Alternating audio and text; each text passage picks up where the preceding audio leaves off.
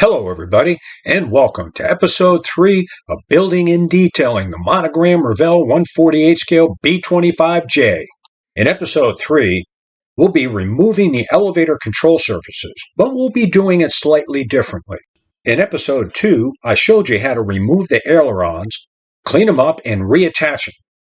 Now I'm going to show you a slightly different technique of using two kits, one of which is the donor kit, in order to remove and attach the elevator control surfaces. The control surfaces of the donor kit were removed with a razor saw, a scribing tool, and a serrated razor blade scriber. Each of the control surfaces was cut out, leaving approximately 1/8 of an inch to 1/16 of an inch of plastic around the outside edges of each control surface. This gives you enough excess plastic to work with so that when you clean up the individual elevators, you'll have a perfect fit into the openings of the recipient kit. Before cleaning up the edges of the elevator control surfaces from the donor kit, insert small plastic strips inside the control surfaces and super glue them into place so that the parts will be very strong and easy to handle. To clean up the edges of the control surfaces, I like to run them across a stationary piece of sandpaper and wet sand the excess plastic off right up to the outlines where the engravings are for the control surfaces. Next, you start cutting out the control surfaces on the recipient kit, leaving about 1/16 of an inch of excess plastic on the outside of the engravings associated with the control surface. It's okay to slice up the control surfaces into sections so that they can easily be removed. Now that one elevator has been removed, before I go any further, it's really important to reinforce the inside area of the elevator wing so that the seams won't crack on you as you work on it. On the recipient kit, I like to remove the excess plastic with sanding sticks and microfiles. I like to slowly remove the plastic right up to the engraved line, and it's really important not to go over that line so that you get a really tight fit from the donor control surface. The same techniques are used to remove the other control surface, and again, it's really important to reinforce the inside area of the wing before you proceed to do any cleanup work so you don't crack a seam. With careful sanding and shaping with sanding sticks and different size microfiles, you can get a really tight fit between the donor control surfaces and the open area of the recipient kit.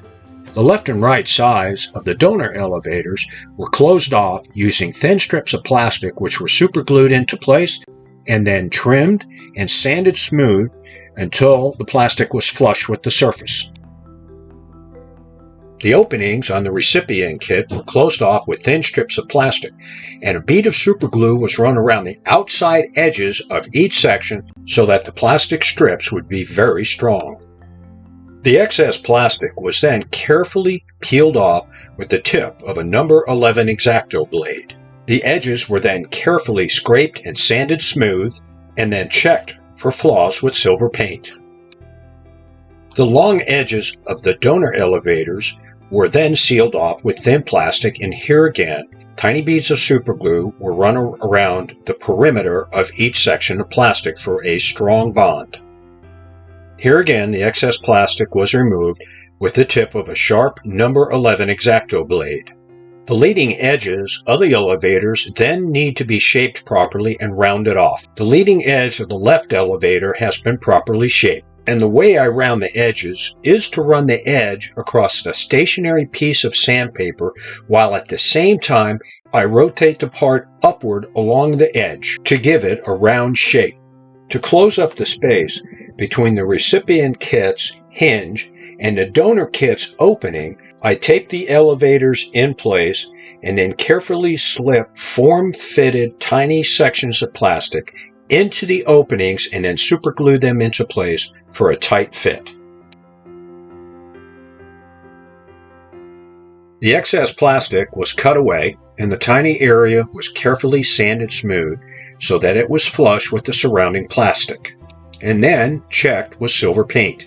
The depth of the hinge area on the outer part needs to be the same as the depth area as the inner part, so Small piece of plastic was form-fitted into place and superglued, and here again it was trimmed and sanded smooth and checked with silver paint.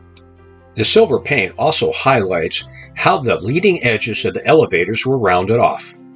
To make the outer hinges, the elevator control surfaces were taped back into place, and then thin strips of plastic were form-fitted into the hinge openings on the outer parts of the control surfaces. Tiny drops of superglue were added to the top and the bottom of each hinge, and after the glue dried, the control surfaces were removed, and a bead of superglue was run around the perimeter of each hinge. The excess plastic on each hinge was then carefully trimmed, sanded flush with the surrounding plastic, and then checked again with silver paint. The square edges of the new hinges were carefully rounded off with a sanding stick. The elevator control surfaces fit nice and tight into the openings on the recipient kit. One last thought before we close out this episode. When you glue the elevators in place, just make sure they're at the same angle. Thanks for watching, everyone, and don't forget to subscribe to our channel, Scale Modeling with Mike Ashey. Give us a thumbs up and visit us at www.mikeashey.com. And stay tuned for episode 4.